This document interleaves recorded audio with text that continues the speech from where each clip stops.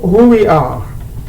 I'm here to give you just a small and short presentation of the U.S. African School of Leadership and Personal Development.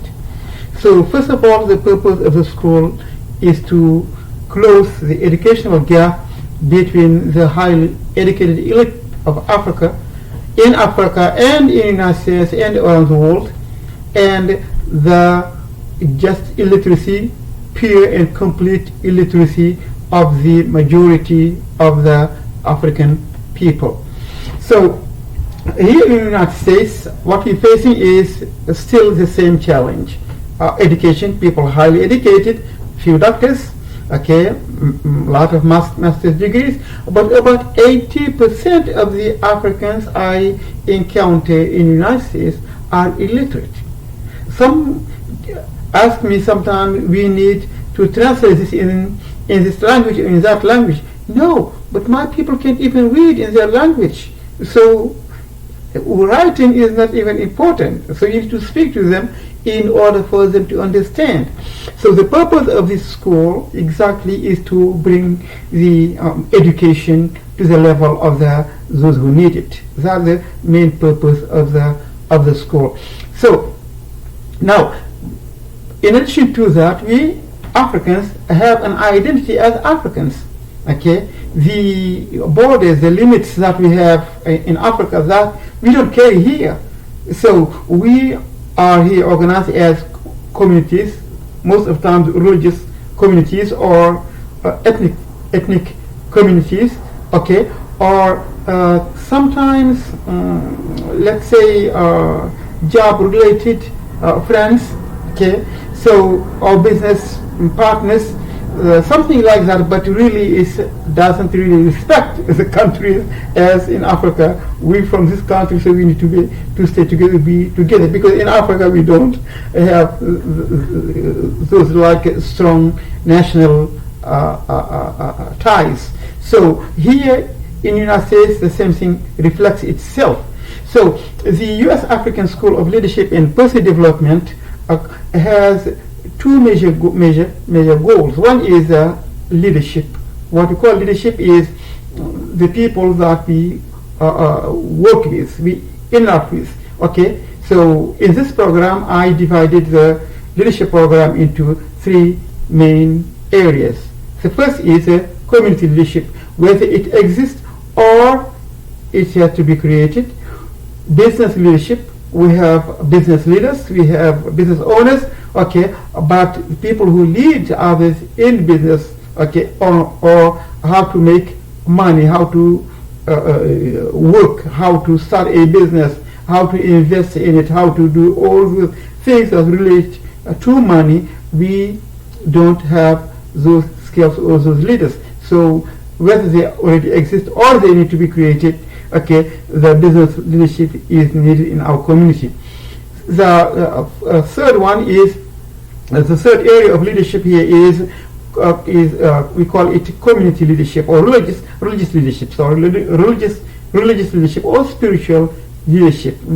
Because right now we are facing a knowledge of spirituality, okay, beyond religion. So, and it is still a religion, okay, because religion teaches spirituality, but when people start to learn just about spirituality, about God, and about laws of the universe, and so on, so they really care less about religious divisions. So we need a type of leadership that bring all those religions, okay, together, or at least to on this mutual understanding about the laws of nature that we all share. So that basically the three areas of leadership. Now, when it comes to the second part, which is the personal development, okay, which is needed. Why personal development? Because the personal development is just a program, okay, that helps people, okay. Right now we talk about Africans, but we widen our scope to of course, to other immigrants who need the program. But the need in the workplace. Let's say someone doesn't know how to fill in an application, but has help to get a job. Okay, so once they have the job, they cannot move forward in that job. They can have any training. They get stuck in that job because they cannot communicate with the boss. That's a challenge. But the other challenge, and most interesting challenge, is safety instructions. If a student cannot read safety instructions in a workplace, okay, imagine how much that would cost a company. Okay, and also the company needs people who can do basic work. Okay, so and though that basic work really does not really have big skills. Okay, is something that is the most dangerous part of in the workplace, because the the worker doesn't understand, or the employee cannot read the signs, doesn't know how to avoid a forklift or a wet place or an oily stuff, or how to tag or untag a machine. So that is one part, the workplace. Another part is health.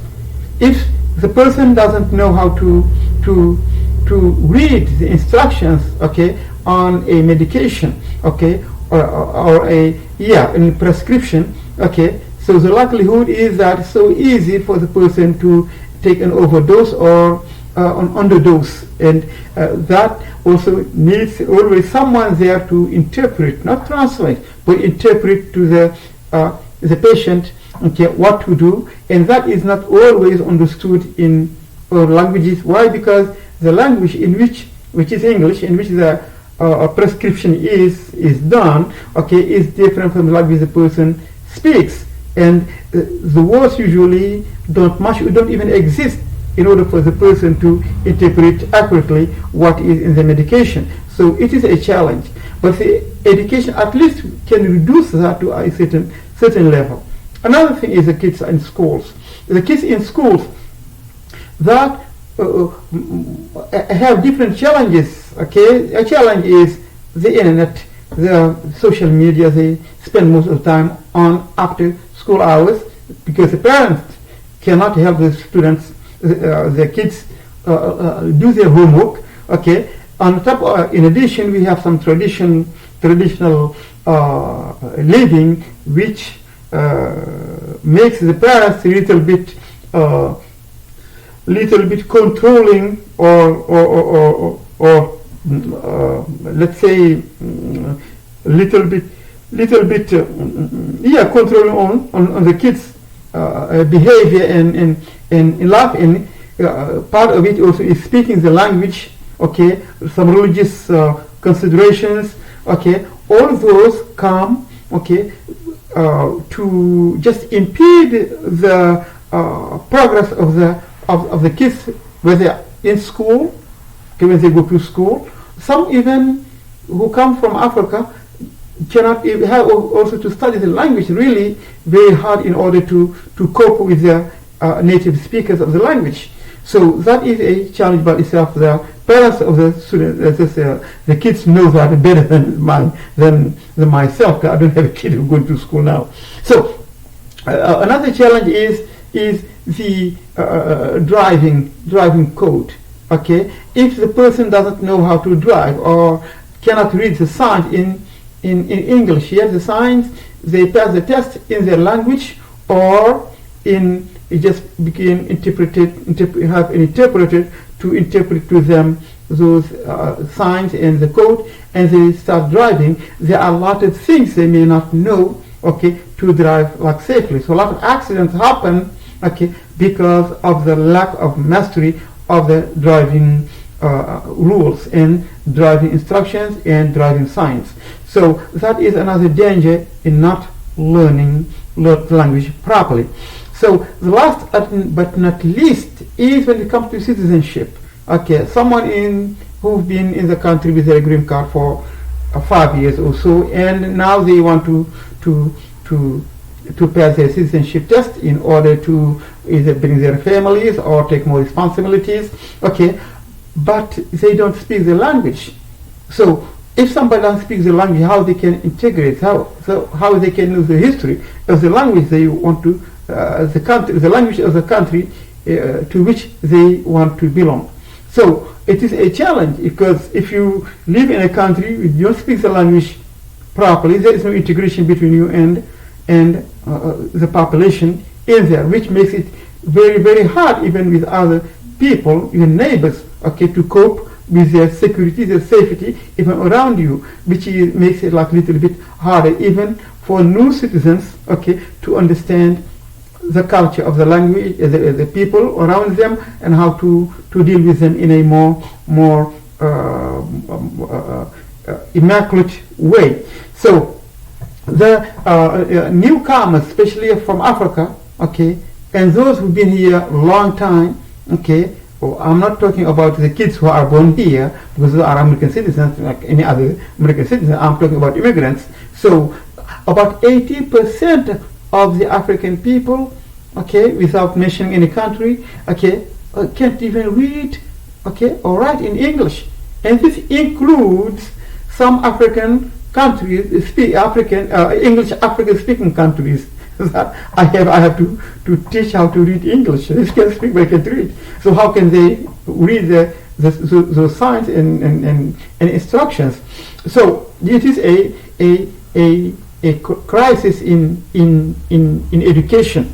So when it comes now to leadership, as I said, we are here for one reason, okay, and this is a constitutional rights, okay, of life, of liberty, in the pursuit of happiness that everybody is looking for. So when these conditions, okay, are not met, okay, there almost is no happiness, okay, so to speak, because of the lack of understanding and lack of control on what one's own situation.